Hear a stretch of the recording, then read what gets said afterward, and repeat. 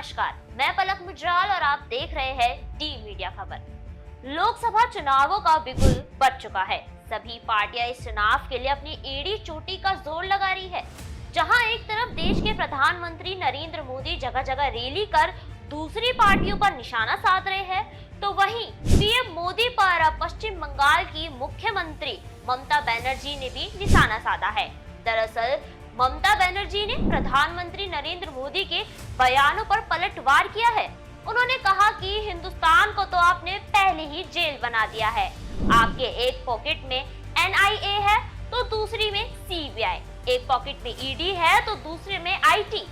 इतना कहने के बाद ममता यहीं नहीं रुकी, बल्कि उन्होंने आगे ये भी कहा कि मोदी जी जब जलपाईगुड़ी आए थे तो उन्होंने वहाँ क्या कहा। मोदी जी आपको पूरा सम्मान देते हैं क्योंकि आप हमारे पीएम हैं। मैं चाहती हूँ कि आप स्वस्थ रहे, आप दीर्घायु रहे, लेकिन पीएम के लिए ऐसी भाषा का इस्तेमाल करना उचित नहीं है।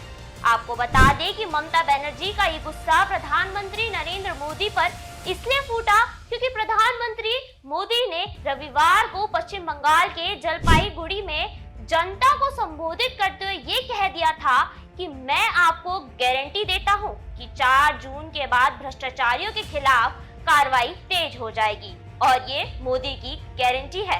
दरअसल पीएम मोदी ने 4 जून का जिक्र इसलिए किया क्योंकि 4 जून को ही लोकसभा चुनावों के परिणामों की घोषणा होनी है और ऐसे तर्क देने के बाद यही कारण बना कि ममता बनर्जी ने पीएम मोदी पर पलटवार किया।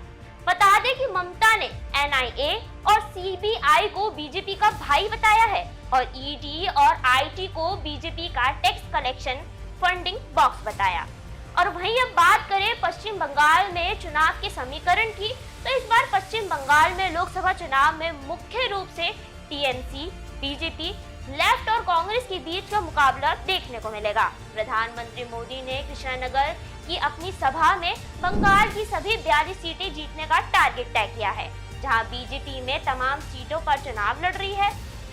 वहीं ममता बनर्जी लोकसभा चुनाव लिए बिना विपक्ष इंडिया गठबंधन से अलग सभी 42 सीटों पर अपनी पार्टी टीएमसी की तरफ से उम्मीदवार उतार रही है।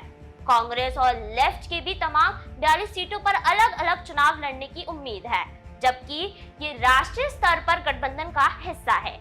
बंगाल की 42 संसदीय सीटों पर 7 चरणों में 19 अप्रैल, 26 अप्रैल, 7 मई, 13 मई, 20 मई, 25 मई और 1 जून को चुनाव होंगे। 2019 के लोकसभा चुनाव भी पश्चिम बंगाल में 7 चरणों में हुए थे, जिसमें टीएमसी ने 22 सीटों पर जीत दर्ज की थी। वहीं बीजेपी ने 18 सीटें जीती थी, जबकि कांग्रेस 2 सीटें जीतने में ही सफल रही थी। तो अब देखना ये है कि इस बार के नतीजे क्या नया मोड़ लेते हैं और कौन बजाता है अपनी जीत का डंका।